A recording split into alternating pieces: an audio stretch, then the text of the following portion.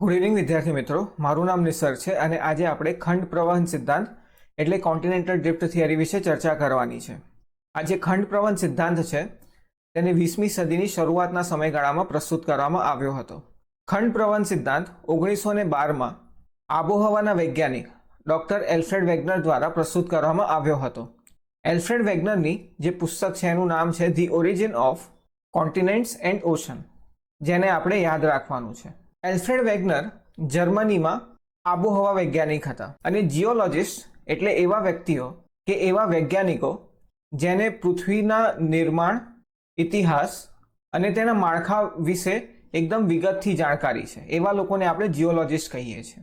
તો 1912ના સમયગાળામાં જે જીઓલોજિસ્ટ રહેલા હતા તેમની કંઈક અલગ માન્યતાઓ હતી અને ખંડ પ્રવહન સિદ્ધાંત તેને નકારી કાઢે છે, જેના કારણે આ બંને સિદ્ધાંતો રહેલા હતા તેની અંદર વિખવાદ ઊભો થાય છે અને એલ્ફ્રેડ વેગનરને ઘણા બધા પુરાવા પ્રસ્તુત કરવા પડે છે ખંડ પ્રવહન સિદ્ધાંતના પક્ષમાં. તો એ સમયની માન્યતા શું હતી, એ સમયના જે જીઓલોજિસ્ટ હતા એમણે શું માન્યતા ધરાવતા હતા એના વિશે આપણે સૌપ્રથમ ચર્ચા કરીશું. તે સમયના જે જીઓલોજિસ્ટ હતા એમની કંઈક એવી માન્યતા હતી કે જ્યારે પૃથ્વીનું નિર્માણ થયું હશે એ સમય પર આપણી પૃથ્વી લાવાના સ્વરૂપમાં રહેલી હશે. ધીરે ધીરે આપણી પૃથ્વીનું તાપમાન ઘટે છે અને પૃથ્વી ઉપર ભૂમિ વિસ્તારનું નિર્માણ થવાની શરૂઆત થાય છે.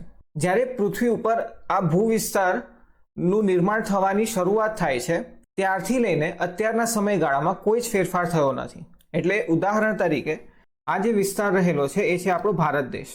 અહીંયા રશિયા આવેલું છે, તેની નીચે ચાઇના છે, આ છે ઓસ્ટ્રેલિયા અને અહીંયા આફ્રિકા છે. જ્યારે પૃથ્વીનું નિર્માણ થયું હશે ત્યારથી લઈને પૃથ્વીના અત્યારના સમયગાળામાં જે ભૂ વિસ્તાર છે એમાં કોઈ જ ફેરફાર નથી થયો.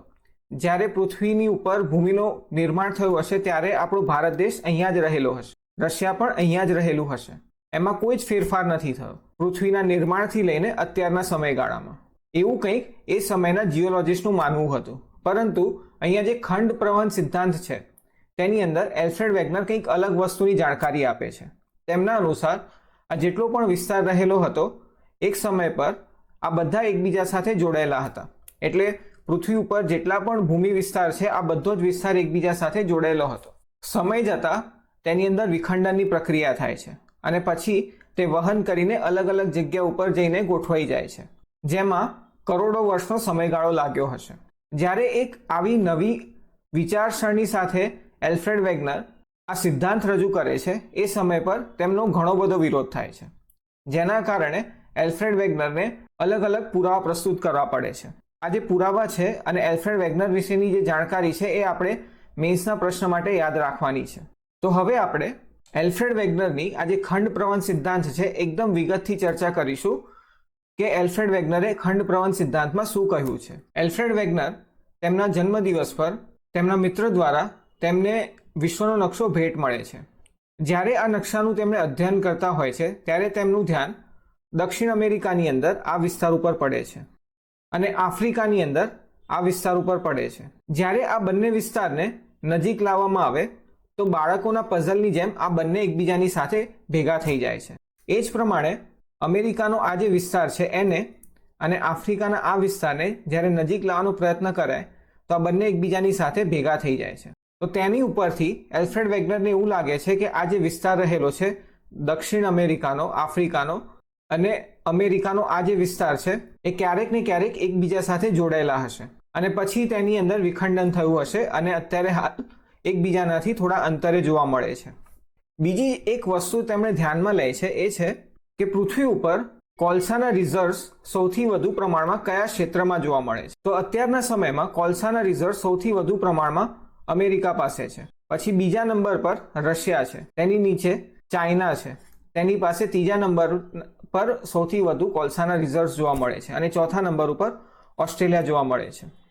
તો હવે આ કોલસાનું નિર્માણ કેવી રીતે થાય છે એના વિશે આપણે થોડી જાણકારી લેવી પડશે અને પછી એની ઉપરથી આપણે કહી શકીશું કે આપણને કોલસો કયા વિસ્તારમાં પ્રાપ્ત થવો જોઈએ. તો કોલસાનું નિર્માણ કેવી રીતે થાય છે એના વિશે અત્યારે હાલ આપણે ચર્ચા કરીશું. શરૂઆતના સમયગાળામાં જ્યારે પૃથ્વીનું નિર્માણ થયું હશે ત્યારે પૃથ્વીના પોપડાની પહોળાઈ એટલી વધુ પ્રમાણમાં નહીં રહી હોય, જેના કારણે પૃથ્વીનો પોપડો એકદમ પાતળો હશે અને જ્યારે વૃક્ષોનું ઉદ્ભવ થયો હશે પછી વૃક્ષો સમય જતાં તે નાશ પણ થાય છે અને એ સમય પર જે પૃથ્વી ઉપર જોવા મળતો ભૂમિ વિસ્તાર હશે તે વધુ પડતો કાદવ કિચડવાળો અને પાણીવાળો રહેલો હશે. જ્યારે પણ આ વૃક્ષો નાશ પામ્યા હશે તે સમય પર એ પાણી અને કાદવ કિચડની અંદર સમાઈ ગયા હશે. સમય જતાં જેમ પૃથ્વીના પોપડાની પહોળાઈ વધતી જાય છે તેમ જે વૃક્ષો પાણીની અંદર સમાઈ ગયા હશે તે હવે દબાણ અને તાપમાનમાં વધારો અનુભવ કરે છે. દબાણ કેમ લાગવાનું? કારણ કે પૃથ્વીના પોપડાની પહોળાઈ વધી રહી છે, જેના કારણે નીચેની તરફ દબાણ લાગશે અને જે તાપમાન છે નીચેની તરફ એ પણ વધતું જશે. કારણ કે આપણને જાણકારી છે કે જેમ આપણે પૃથ્વીની અંદર નીચેની તરફ જઈએ છીએ એમ પૃથ્વીનું તાપમાન પણ વધતું જાય છે. લાખો કરોડો વર્ષ સુધી જ્યારે આ વૃક્ષો નીચેની તરફ પૃથ્વીની અંદર દબાયેલા રહે છે એ સમય પર તેની અંદરથી જે નાઇટ્રોજન છે, હાઇડ્રોજન છે એ નીકળી જાય છે અને ફક્ત કાર્બન ડાયોક્સાઇડ જ રહી જાય છે અને આ લાખો કરોડો વર્ષની અંદર તે કોલસાની અંદર ફેરવાઈ જાય છે. જે સૌથી ઉત્તમ પ્રકારનો કોલસો રહેલો છે એ છે એન્થ્રેસાઇટ, જેમાં કાર્બનનું પ્રમાણ વધુ જોવા મળે છે. હવે કોલસાનું નિર્માણ કયા વિસ્તારમાં થતું હોવું જોઈએ? તો એવા વિસ્તારમાં થતું હોવું જોઈએ કે જ્યાં વર્ષા વધુ હશે અને જ્યારે વર્ષા વધુ હોય છે તો તે વિસ્તારની અંદર વૃક્ષો પણ વધુ રહેલા હશે, એટલે જંગલ વિસ્તાર વધુ રહેલો હશે. તો હવે આપણે એ વસ્તુની જાણકારી લેવી પડશે કે કયા વિસ્તારની અંદર વધુ વર્ષા થાય છે જેના કારણે જંગલોનું નિર્માણ વધુ રહેલું હશે પૃથ્વી ઉપર. પૃથ્વી ઉપર ઘણી બધી કાલ્પનિક રેખાઓનું નિર્માણ મનુષ્ય દ્વારા કરવામાં આવ્યું છે. તેમાંથી એક રેખા છે એ છે વિષુવવૃત્તની. વિષુવવૃત્ત અથવા ઇક્વેટર પૃથ્વીના વચ્ચેથી નીકળે છે, જેને આપણે 0 ડિગ્રી કહીએ છીએ. એ પૃથ્વીને બે ભાગમાં વહેંચી દે છે. પૃથ્વી ઉપર વિષુવવૃત્તનો જે વિસ્તાર છે એટલે આ જે વિસ્તાર રહેલો છે આ વિસ્તારની અંદર વર્ષ દરમિયાન સૂર્યનો સીધો પ્રકાશ વિષુવવૃત્ત ઉપર પડે છે, જેના કારણે બાષ્પીભવન થતું જોવા મળે છે અને બાષ્પીભવન થાય છે જેના કારણે વાદળોનું નિર્માણ થાય છે અને આખા વર્ષ દરમિયાન વિષુવવૃત્ત એવો વિસ્તાર રહે છે કે જ્યાં આખા વર્ષ દરમિયાન વર્ષા પડે છે. અને જ્યારે આવા વિસ્તારની અંદર વર્ષા પડતી હોય છે તો એ વિસ્તારની અંદર જ જંગલ પ્રદેશ વધુ રહેલા હશે. વિષુવવૃત્તથી ઉત્તરમાં 23.5 ડિગ્રીએ આપણને કર્કવૃત્ત જોવા મળે છે, એટલે ટ્રોપિક ઓફ કેન્સર, અને વિષુવવૃત્તની દક્ષિણમાં 23.5 ડિગ્રીએ આપણને ટ્રોપિક ઓફ કેપ્રિકોન એટલે મકરવૃત્ત જોવા મળે છે. સૌથી વધુ વર્ષા આપણને વિષુવવૃત્ત ઉપર જોવા મળે છે અને વિષુવવૃત્ત ઉપર જ જંગલ પ્રદેશ પણ વધારે રહેલો હશે. તો જે કોલસાનું નિર્માણ થવું જોઈએ એ પણ વિષુવવૃત્ત ઉપર જ વધુ પ્રમાણમાં થવું જોઈતું હતું, પરંતુ તેવી પરિસ્થિતિઓ નથી. કોલસો આપણને સૌથી વધુ પ્રમાણમાં ધ્રુવોની પાસે જોવા મળે છે, એ છે અમેરિકા જોડે, પછી રશિયા જોડે. ચીન ધ્રુવોથી થોડો દૂર રહેલો છે પરંતુ એ વિષુવવૃત્તથી પણ ઘણો દૂર છે, અને ઓસ્ટ્રેલિયા. તો એલ્ફ્રેડ વેગનર અનુસાર બે શક્યતાઓ રહેલી હશે અને આ બે શક્યતાઓ શું છે? તો એક શક્યતા એ હશે કે આખા વર્ષ દરમિયાન પહેલાં કંઈક એવી પરિસ્થિતિઓ સર્જાઈ હશે કે જેના કારણે પૃથ્વીનું આબોહવા સંપૂર્ણપણે બદલાઈ ગયું હશે અને સૂર્યનો સીધો પ્રકાશ ધ્રુવો ઉપર પડતો હશે અને ત્યાં બાષ્પીભવન થયું હશે અને વર્ષા વધુ થઈ હશે જેના કારણે ત્યાં કોલસાનું નિર્માણ થયું હશે. બીજી એક શક્યતા તેમણે એવી બતાવે છે, અને જે બીજી શક્યતા છે તેની અંદર તેમનું કંઈક એવું માનવું હતું કે આ જેટલો પણ ભૂવિસ્તાર રહેલો છે, અમેરિકાનો, ઓસ્ટ્રેલિયાનો, ચીનનો, રશિયાનો, આ જેટલો પણ વિસ્તાર રહેલો છે આ બધો જ વિસ્તાર વિષુવવૃત્તની નજીક રહેલો હશે. સમય જતાં તેની અંદર વિખંડનની પ્રક્રિયા થાય છે અને વહન થઈને તે અલગ અલગ જગ્યા ઉપર ગોઠવાઈ ગયા છે. તો એલ્ફ્રેડ વેગનર જે પહેલી પરિસ્થિતિ છે કે જ્યાં સૂર્યનો સીધો પ્રકાશ પૃથ્વીના ઉત્તર ધ્રુવ ઉપર પડતો હશે તેને નકારી કાઢે છે. એની જગ્યા પર એમણે બીજો જે ઓપ્શન છે એને તે અપનાવે છે. આ બીજા ઓપ્શન શું કહે છે કે જેટલા પણ અમેરિકાનો જેટલા પણ વધુ કોલસા ધરાવતા વિસ્તાર છે, જેમ કે અમેરિકા, રશિયા, ચીન, ઓસ્ટ્રેલિયા, આ બધો વિસ્તાર એક સમય પર વિષુવવૃત્તથી નજીક રહેલો હશે. પછી તેની અંદર વિખંડનની પ્રક્રિયા થઈ હશે અને પછી તે વહન થઈને અત્યારની પરિસ્થિતિમાં ગોઠવાઈ ગયા હશે. તેમણે આ જે બીજો કોન્સેપ્ટ છે તેને અપનાવે છે. એટલે આબોહવા ક્ષેત્ર સ્થિર રહ્યું હશે જ્યારે ખંડો વહન અનુભવ કર્યો હશે અને આબોહવા બદલાઈ હશે અને ખંડ સ્થિર રહ્યા હશે, જેને તે નકારી કાઢે છે. ખંડ પ્રવહન સિદ્ધાંત એટલે કોન્ટિનેન્ટલ ડ્રિફ્ટ થિયરીની અંદર એલ્ફ્રેડ વેગનર દ્વારા ઘણા બધા કલ્પનાઓ વિશે ચર્ચા કરવામાં આવી છે. તેમના અનુસાર કાર્બોનિફરસ યુગની અંદર એક પેન્જિયા નામનો સુપર કોન્ટિનેન્ટ હતો. હવે અહીંયા આપણા માટે બે શબ્દો નવા છે. એક છે કાર્બોનિફરસ અને જે બીજો શબ્દ છે એ છે પેન્જિયા. જ્યારે પૃથ્વીનું નિર્માણ થયું હશે ત્યારથી લઈને અત્યારના સમયગાળામાં કરોડો વર્ષનો સમય લાગ્યો છે. તો જીઓલોજિસ્ટ અને ભૂગોળશાસ્ત્રીઓએ તેને અલગ અલગ નામ આપ્યા છે. એમાંથી એક નામ છે એ છે કાર્બોનિફરસ. આ જે અલગ અલગ યુગ છે એના વિશે આપણે ખંડ પ્રવહન સિદ્ધાંત પછી આપણે ચર્ચા કરવાની છે કે કેટલા યુગ રહેલા છે, કેવા એપોક, એરા, પીરિયડ્સ, આ બધી જ વસ્તુની ચર્ચા આપણે કરીશું. તો એ સમયગાળામાં એક પેન્જિયા નામનો સુપર કોન્ટિનેન્ટ હતો. જેટલા પણ મહાદ્વીપો હતા આ બધા જ એકબીજા સાથે જોડાયેલા હતા અને જેને નામ આપવામાં આવ્યું પેન્જિયા. અને જેટલો પણ જળ વિસ્તાર છે એને નામ આપ્યું એમણે પેન્થાલાસા. પેન્જિયા જે શબ્દ છે એ ગ્રીક ભાષાનો શબ્દ છે. ગ્રીક ભાષાની અંદર પેન્જિયાનો અર્થ થાય છે સંપૂર્ણ પૃથ્વી અને પેન્થાલાસાનો અર્થ થાય છે સંપૂર્ણ જળ. જુરાસિક યુગની શરૂઆતમાં આ જે પેન્જિયા છે તેમાં વિખંડન થાય છે અને ઉત્તર અને દક્ષિણ એવી રીતે કંઈક બે ભાગમાં વહેંચાઈ જાય છે. જે ઉત્તરનો ભાગ છે એને લોરેશિયા નામ આપવામાં આવે છે અને દક્ષિણની અંદર ગોંડવાના. આ બંનેની વચ્ચે જે આ વિસ્તાર રહેલો છે એને ટેથિસ સાગર નામ આપવામાં આવ્યું. આ ટેથિસ સાગરના અત્યારે પણ અવશેષો આપણને પૃથ્વી ઉપર જોવા મળે છે. અને આ કયો વિસ્તાર છે તો એ છે મેડિટરેનિયન સાગર, બ્લેક સી, કેસ્પિયન સી. આ બધા જ ટેથિસ સાગરના અવશેષો છે.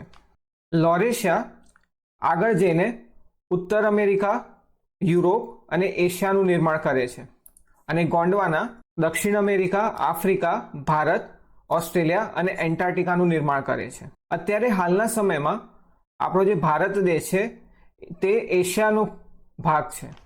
ભારત દેશ અહીંયાથી વહન કરીને એશિયાની પ્લેટ સાથે ટકરાય છે, જેના કારણે હિમાલયનું નિર્માણ થાય છે. તો આપણે અહીંયા યાદ રાખવાનું છે કે આપણો જે ભારત દેશ છે એ ગોંડવાનાની અંદરથી બહાર નીકળેલો પ્રદેશ છે અને પછી ધીરે ધીરે પોપડાનો વિસ્તાર છે એટલે ભૂમિ વિસ્તાર છે એ અત્યારના સમયમાં જે વિશ્વના નકશાની અંદર આપણે જોઈ શકીએ છીએ એ પ્રમાણે લાખો કરોડો વર્ષની અંદર તે આ પ્રમાણે ગોઠવાઈ ગયો છે. એવું કંઈક માનવું હતું એલ્ફ્રેડ વેગનરનું ખંડ પ્રવહન સિદ્ધાંતની અંદર. પેન્જિયા, લોરેશિયા અને ગોંડવાના આ ત્રણેયમાં સૌથી જૂનો ખંડ કયો છે તો તમારે યાદ રાખવાનું છે એમાં સૌથી જૂનો ખંડ છે ગોંડવાનાનો. કારણ કે જ્યારે પેન્જિયા સુપર કોન્ટિનેન્ટનું નિર્માણ થયું તેની પહેલા જ ગોંડવાના રહેલો હતો. ભૂગોળશાસ્ત્રીઓ અનુસાર પેન્જિયા પહેલા પણ ઘણા બધા સુપર કોન્ટિનેન્ટ રહ્યા હતા, જેમ કે રોડિનિયો, પનોટિયો, આવા બધા સુપર કોન્ટિનેન્ટ રહેલા હતા અને તે સમય પર આ જે ગોંડવાના છે તે છૂટો પડ્યો હતો. એટલે જ્યારે પેન્જિયાનું નિર્માણ થયું તેની પહેલેથી જ ગોંડવાના રહેલો હતો અને પછી જ્યારે ભૂવિસ્તાર એકબીજાની સાથે જોડાયો હશે ત્યારે આ પેન્જિયાનું નિર્માણ થયું હશે.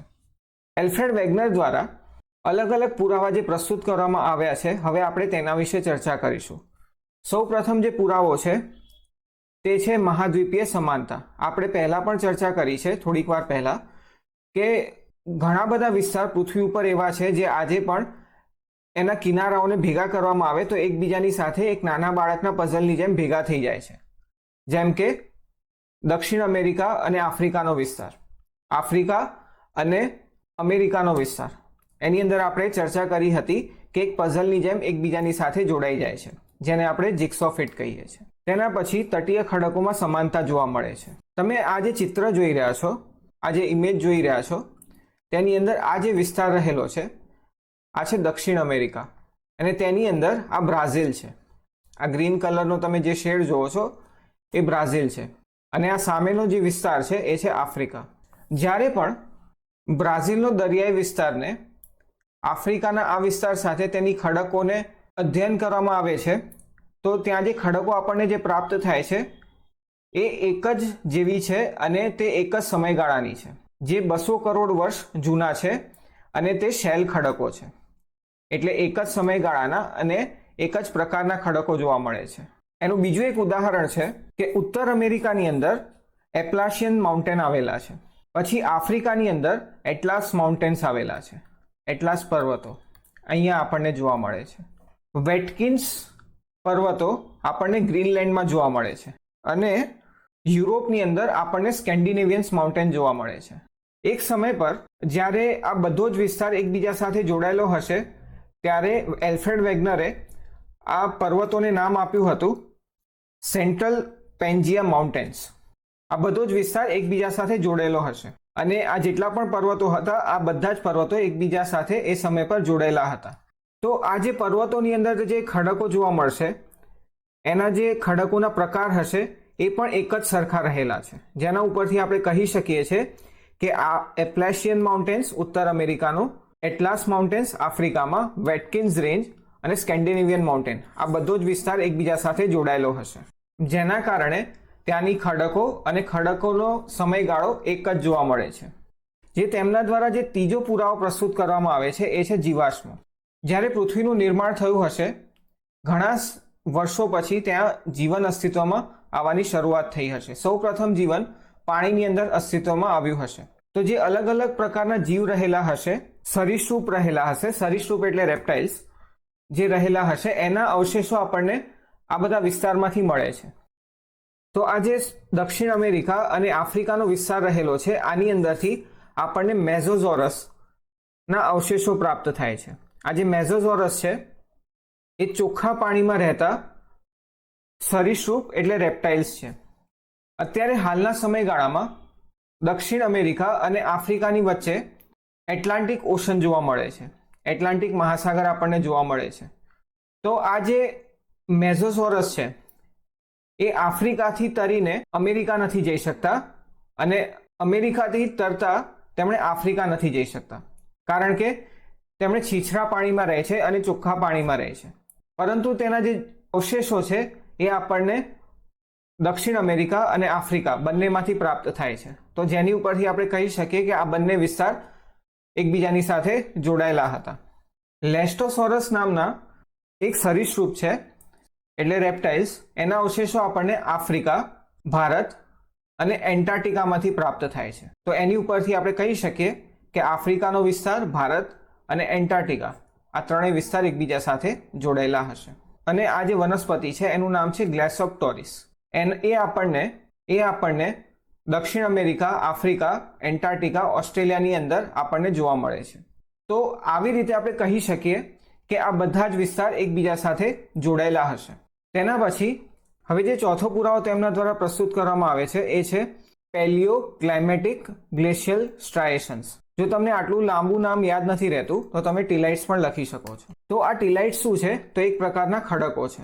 આ જે ખડકો છે એ આપણને એ વિસ્તારમાં પ્રાપ્ત થાય છે જ્યાં બરફ રહેલો છે, જ્યાં બરફ પહેલા રહ્યો હશે એવા વિસ્તારની અંદર આપણને ટીલાઇટ ખડકો જોવા મળે છે. હવે આ ખડકોનું નિર્માણ કેવી રીતે થયું હશે? તો સમજો કે અહીંયા કોઈ વિસ્તાર છે, જેમ કે આ કોઈ પર્વત છે અને તેની ઉપર વિશાળ ગ્લેશિયર રહેલું છે. તો હવે જ્યારે આ ગ્લેશિયર નીચેની તરફ ગુરુત્વાકર્ષણ બળના કારણે ખસવાનું શરૂઆત કરશે તો તે સમય પર આ જે નાના નાના ખડકો છે જે એની સાથે એ આગળ વધે છે અને આ જે ખડકો છે પછી એક જગ્યા ઉપર ભેગા થઈ જાય છે. સમય જતાં એની અંદર સંકોચન થાય છે અને પછી તે ટીલાઇટનું નિર્માણ કરે છે. આ જે ખડક છે એ આપણને કંઈક આ પ્રમાણે દેખાય છે.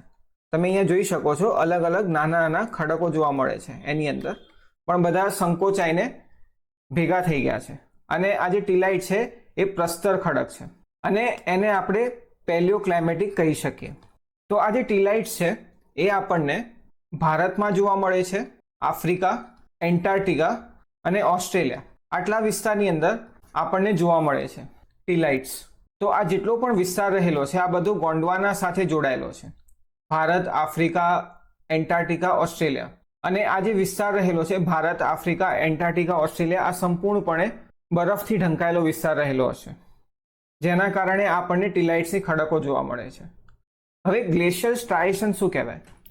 તો ગ્લેશિયલ સ્ટ્રાયેશન્સ એટલે કે જ્યારે આ ખડકો આ નીચે આ ઉપરની તરફ આ ગ્લેશિયર રહેલું છે અને આ જે નાના નાના ખડકો જે આ નીચેની તરફ ગ્લેશિયરના ખસવાની સાથે એ પણ નીચે જવાના, તો એના કારણે આ જે પહાડ રહેલો હશે તેના જે બહારનો જે વિસ્તાર છે એટલે પહાડનું જે બહારનો જે વિસ્તાર રહેલો છે એમાં કંઈક લાઈનોનું નિર્માણ થઈ જશે આ પ્રમાણે, જે આપણે અહીંયા જોઈ શકીએ છીએ કે જ્યારે ગ્લેશિયર નીચેની તરફ આવ્યું હશે તો જે મોટા મોટા ખડક હશે એ તેને ઘસતા જતા હશે, જેના કારણે કંઈક આવી લાઈનનું નિર્માણ થઈ જાય છે, જેને આપણે ગ્લેશિયલ સ્ટ્રાયેશન્સ કહીએ છીએ. આ છે ખંડ પ્રવહન સિદ્ધાંતનો ચોથો પુરાવો. હવે જે 5મા નંબરનો પુરાવો છે તે છે નિક્ષેપણ પુરાવો. આ જે નિક્ષેપણ પુરાવો છે તેની અંદર સોનું આપણને કેવી રીતે પ્રાપ્ત થાય છે એના વિશે આપણે થોડી ઘણી જાણકારી લઈશું. સમજો કે આ કોઈ પહાડ છે. આ પહાડની અંદર એવા ખડકો છે કે જેમાં સોનું રહેલું છે. આ કંઈક ખડકો છે જેમાં સોનું રહેલું હશે. જ્યારે આ વિસ્તારની અંદરથી સમજો કે આ વિસ્તારમાંથી નદી નીકળે છે તો નદી આ જે ખડકો છે એનું ધોવાણ કરશે, જેના કારણે આ જે સોનું છે એ નદીના પાણીની સાથે ભળી જાય છે અને જ્યાં જ્યાં નદી જાય છે એ વિસ્તારની અંદર આ જે સોનું છે એને પાથરતી જાય છે. નદી ખડકોનું ધોવાણ કરશે અને એ ખડકોનું જે સોનું છે એ નદી અલગ અલગ જગ્યા ઉપર પાથરી દે છે. આ જે ખડકો છે એને આપણે સોર્સ રોક કહીશું. તો આફ્રિકાનો આ જે ઘાનાનો વિસ્તાર રહેલો છે એ સોના માટે ફેમસ રહ્યો છે, પરંતુ ઘાનાની પાસે કોઈ સોર્સ રોક નથી, એટલે કોઈ એવી ખડકો નથી જેમાંથી સોનું તેમને મળે. પરંતુ આ જે બ્રાઝિલ છે તેમાં આપણને સોર્સ રોક જોવા મળે છે. જ્યારે આ બંને વિસ્તાર એકબીજા સાથે જોડાયેલા હશે એ સમય પર નદીએ સોર્સ રોકની અંદરથી એ ખડકોમાંથી સોનું વહાઈને ઘાનાની અંદર અલગ અલગ વિસ્તારની અંદર ફેલાવી દીધું હશે, જેના કારણે અત્યારે હાલ પણ આપણને ઘાનાની અંદરથી સોનું પ્રાપ્ત થાય છે, જ્યારે બ્રાઝિલની અંદર ત્યાં આપણને સોનાની ખડકો રહેલી છે. એલ્ફ્રેડ વેગનરે ઘણા બધા પુરાવા પ્રસ્તુત કર્યા કે કેવી રીતે આ બધા ભૂમિ વિસ્તાર એકબીજા સાથે જોડાયેલા હશે, પછી તેની અંદર વિખંડન થાય છે અને વહન કરવાની શરૂઆત થઈ હશે. હવે એલ્ફ્રેડ વેગનરે આ વિખંડન થવાની અને વહન થવાની પ્રક્રિયા વિશે શું કહ્યું છે, હવે આપણે તેના વિશે જાણકારી લઈશું. એક એડવર્ડ સુએઝ નામના જીઓલોજિસ્ટ હતા. તેમણે જણાવ્યું હતું કે આપણી જે પૃથ્વી છે જ્યાં ભૂમિ વિસ્તાર રહેલો છે એ સિયાલથી બનેલું છે અને જે દરિયાની નીચેની જે ભૂમિ છે એ સીમાથી બનેલી છે. સિયાલ એટલે સિલિકા અને એલ્યુમિનિયમ અને સીમા એટલે સિલિકા અને મેગ્નેશિયમ. આ જે સીમા છે તે ભારે છે, આ જે સિયાલ છે તે હલકું છે. એલ્ફ્રેડ વેગનર અનુસાર સીમાની ઉપર સિયાલ તરી રહ્યું છે. તરી રહ્યું છે એટલે તો કે એ જ પ્રમાણે જે રીતે દરિયાની અંદર નાવ તરે છે એ જ રીતે દરિયાની અંદર સીમાની ઉપર સિયાલ તરી રહ્યું છે, એવું કંઈક કહેવું હતું એલ્ફ્રેડ વેગનરનું. પછી તેમણે બુયાન્સ ફોર્સ વિશે વાત કરી છે. હવે આ બુયાન્સ ફોર્સ શું છે? તો બુયાન્સ ફોર્સ એક ઉદાહરણથી સમજીશું. સમજો કે આ કોઈ વાસણ છે. આ વાસણની અંદર પાણી રહેલું છે. આ એક પ્લાસ્ટિકનો બોલ છે, બરોબર? હવે આ પ્લાસ્ટિકનો બોલ જ્યારે તમે પાણીની અંદર નાખશો તો આ પ્લાસ્ટિકનો બોલ પાણીની ઉપર તરે છે. તમે તમારા હાથથી આ પ્લાસ્ટિકને બોલને એકદમ નીચે તમે અહીંયા મૂકી દો, પરંતુ તમે જેવો તમારો હાથ હટાવી લેશો તરત જ આ પ્લાસ્ટિકનો બોલ અહીંયા ઉપર આવી જાય છે. તો આ જે પાણી છે તેની અંદર દબાણ રહેલું છે જે વસ્તુઓને ઉપરની તરફ મોકલે છે. આને જ આપણે બુયાન્સ ફોર્સ કહીએ છીએ. આ કોઈ લોખંડનો બોલ છે અને તેને આપણે પાણીની અંદર નાખીશું તો આ પાણીની અંદર નીચે જતો રહેશે, અહીંયા જતો રહેશે, પરંતુ જે વજન છે એમાં કંઈક ફેરફાર થતો જોવા મળશે. અહીંયા જ્યારે બોલ નથી નાખ્યો અને બહારની તરફ રહેલો હશે ત્યારે એનું વજન વધુ રહેલું હશે, અને આ જ લોખંડના બોલને જ્યારે તમે પાણીની અંદર નાખશો અને તમે એનું વજન તમે હાથથી અનુભવ કરશો તો તમને એવો અનુભવ થશે કે એનું વજન જેણે ઘટી ગયું છે, કારણ કે આ નીચેની તરફથી જે દબાણ અનુભવ થાય છે એટલે બુયાન્સ ફોર્સનો અનુભવ થાય છે. એના કારણે આ બોલ ભલે નીચે જતો રહ્યો છે વધુ ઘનતા હોવાના કારણે, પરંતુ બુયાન્સ ફોર્સના કારણે તેનું વજન આપણને ઓછું લાગે છે પાણીની અંદર. તો બુયાન્સ ફોર્સના કારણે સીમાની ઉપર સિયાલ તરી રહ્યું છે, એવું કંઈક કહેવું હતું એલ્ફ્રેડ વેગનરનું. એલ્ફ્રેડ વેગનર અનુસાર જે ભૂમિ વિસ્તારે વહન કરવાની શરૂઆત કરી હશે એ બે દિશાની અંદર વહન થયા હશે. એક છે એ કઈ દિશા છે? તો એક છે વિષુવવૃત્ત તરફ અને જે બીજું છે એ છે પશ્ચિમ દિશા તરફ. ગોંડવાનાનો જે વિસ્તાર રહેલો છે, સમજો કે આપણી આ પૃથ્વી છે, આ ગોંડવાનાનો વિસ્તાર છે દક્ષિણ ધ્રુવથી નજીક છે. સમજો કે આ કોઈ ગોંડવાનાનો વિસ્તાર છે, આ નીચેની તરફ ગોંડવાના રહેલો છે. તો અહીંયા જેટલા પણ ખંડ રહેલા હશે આ બધા જ ખંડો વિષુવવૃત્ત તરફ વહન કર્યું હશે. તમે જ્યારે વિશ્વનો નકશો જોશો તો તમે યાદ કરો કે કયા ખંડોને આપણે અથવા કયો ભૂમિ વિસ્તારને આપણે ગોંડવાનાની અંદર સમાવેશ કર્યો છે. તો એ છે એન્ટાર્કટિકા, દક્ષિણ અમેરિકા, આફ્રિકા, ઓસ્ટ્રેલિયા. આ બધા વિસ્તારને આપણે ગોંડવાનાના વિસ્તારની અંદર સમાવેશ કર્યો છે. તો એલ્ફ્રેડ વેગનર અનુસાર આ જે ગોંડવાનાનો વિસ્તાર છે એ દક્ષિણ ધ્રુવથી નજીક રહેલો હશે અને જ્યારે તે વહન કરવાની શરૂઆત કરે છે ત્યારે તે વિષુવવૃત્તની નજીક જતા રહે છે, જેના કારણે આપણને આ જ વિસ્તારની અંદર દક્ષિણ અમેરિકા, આફ્રિકા, ઓસ્ટ્રેલિયા જોવા મળે છે. વિષુવવૃત્ત તરફ ખંડો કેમ વધવાનું શરૂઆત કર્યું હશે એના વિશે એલ્ફ્રેડ વેગનરે શું જણાવ્યું છે કે જ્યારે પણ સમજો કે આપણી આ પૃથ્વી છે, જ્યારે તેની ધરી ઉપર ગોળ ફરે છે તે સમય પર આ દક્ષિણ ધ્રુવની નજીક જે ગોંડવાનાનો વિસ્તાર રહેલો છે એને કેન્દ્રત્યાગી બળ લાગે છે. હવે કેન્દ્રત્યાગી બળ શું છે તો કે અહીંયા આપણે આ જે છે અહીંયા જોઈ શકીએ છીએ. આ એક છોકરો છે જે આવી રીતે ગોળ દોરી બાંધીને બોલ ફેરવે છે. તો જ્યારે પણ આવી રીતે કોઈ વ્યક્તિ આવી રીતે બોલ ફેરવે છે તો આપણને બે તરફ બળ લાગતા જોવા મળે છે. એક છે અંદરની તરફ અને એક જે બળ લાગે છે એ બહારની તરફ, જેને આપણે કેન્દ્રત્યાગી બળ કહીએ છીએ. તો એલ્ફ્રેડ વેગનર અનુસાર કેન્દ્રત્યાગી બળ લાગવાના કારણે દક્ષિણ ધ્રુવની નજીક જે ભૂમિ વિસ્તાર રહેલો હતો એણે કેન્દ્રત્યાગી બળ અનુભવ કર્યો અને તેના કારણે એ વિષુવવૃત્ત તરફ તેણે વહન કરવાની શરૂઆત કરે છે અને જેના કારણે ગોંડવાનાના વિસ્તારના જેટલા પણ ભૂમિ વિસ્તાર રહેલો છે આ બધો જ વિસ્તાર વિષુવવૃત્તની નજીક આપણને જોવા મળે છે. એવું કંઈક માનવું હતું એલ્ફ્રેડ વેગનરનું. હવે વિષુવવૃત્ત તરફ ખંડોએ વહન કર્યું હશે તેના વિશે એલ્ફ્રેડ વેગનરે જાણકારી આપી અને હવે એ પશ્ચિમ દિશા તરફ ખંડો કેમ વહન થયું હશે હવે આપણે તેના વિશે ચર્ચા કરીશું. અહીંયા આપણે જોઈ શકીએ છીએ કે આ છે આપણો લોરેશિયા, જેમાં યુરોપ, એશિયા અને ઉત્તર અમેરિકાનું નિર્માણ થયું છે. જ્યારે વિખંડન થાય છે અને વિખંડન થઈને તે આગળ વહન કરવાની શરૂઆત થાય છે એ સમય પર આ જે ઉત્તર અમેરિકાનો જે વિસ્તાર છે એ પશ્ચિમ દિશા તરફ આગળ વધે છે અને ગોંડવાનાના વિસ્તારમાંથી જે દક્ષિણ અમેરિકાનો વિસ્તાર છે એ પણ પશ્ચિમ દિશા તરફ આગળ વધે છે. જે ચોથા નંબરની ફિગર છે એની અંદર આપણે જોઈ શકીએ છીએ કે આ જે ઉત્તર અમેરિકા અને દક્ષિણ અમેરિકા છે આ બંને આ પ્રમાણે પશ્ચિમ દિશા તરફ આગળ વધીને અહીંયા ગોઠવાઈ ગયા છે. તો આ પશ્ચિમ દિશા તરફ કેમ વહન કર્યું છે, ખંડોનું વહન થયું છે એના વિશે હવે આપણે ચર્ચા કરવાની છે. એલ્ફ્રેડ વેગનર અનુસાર ચંદ્રના ગુરુત્વાકર્ષણ બળ જ્યારે પૃથ્વી ઉપર લાગે છે તેના કારણે જે ખંડ છે તે વહન અનુભવ કરે છે અને પશ્ચિમ દિશા તરફ તે આગળ વધે છે. કારણ કે તેમના અનુસાર જે શિયાળ છે એ સીમાની ઉપર તરી રહ્યું છે અને ચંદ્રના ગુરુત્વાકર્ષણ બળના કારણે આ જે ખંડો છે તેનું વહન થઈ રહ્યું છે. આ જે ખંડ પ્રવહન સિદ્ધાંત છે તેની ટીકા વિશે ચર્ચા કરીએ તો સૌ પ્રથમ તો તેમણે કહ્યું હતું કે જુરાસિક યુગની અંદર જે ખંડ છે એ તૂટવાની શરૂઆત થઈ હશે. તો કેમ જુરાસિક યુગની અંદર જ તેની પહેલાં પણ તૂટવાની શરૂઆત થઈ હોઈ શકે છે અને વહન થયું હોય તો એના વિશે જુરાસિક યુગની અંદર ખંડોનું વહન થવાની જે પ્રક્રિયા છે તેના વિશે તેમણે કોઈ જ જાણકારી આપી નથી અથવા કોઈ પુરાવા પ્રસ્તુત નથી કર્યો.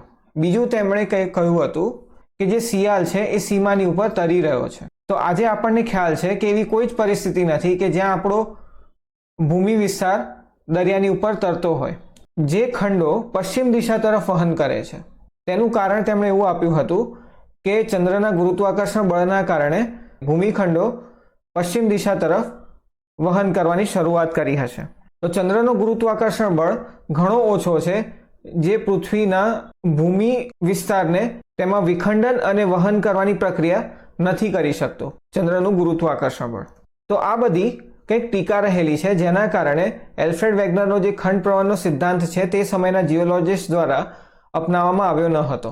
સમય જતાં જે નવા જીઓલોજિસ્ટ આવ્યા તેમણે આ ખંડ પ્રવહન સિદ્ધાંતને અપનાવ્યો કે જેની અંદર તેમણે એ વસ્તુ કબૂલ કરી કે ક્યારેક ને ક્યારેક આ બધા ખંડ એકબીજા સાથે જોડેલા હશે પરંતુ આ જે વિખંડન થઈને વહન થવાની જે ક્રિયા થઈ હતી તેના માટે જે એલ્ફ્રેડ વેગનરની જે સિદ્ધાંત છે તેને નકારી કાઢ્યો હતો.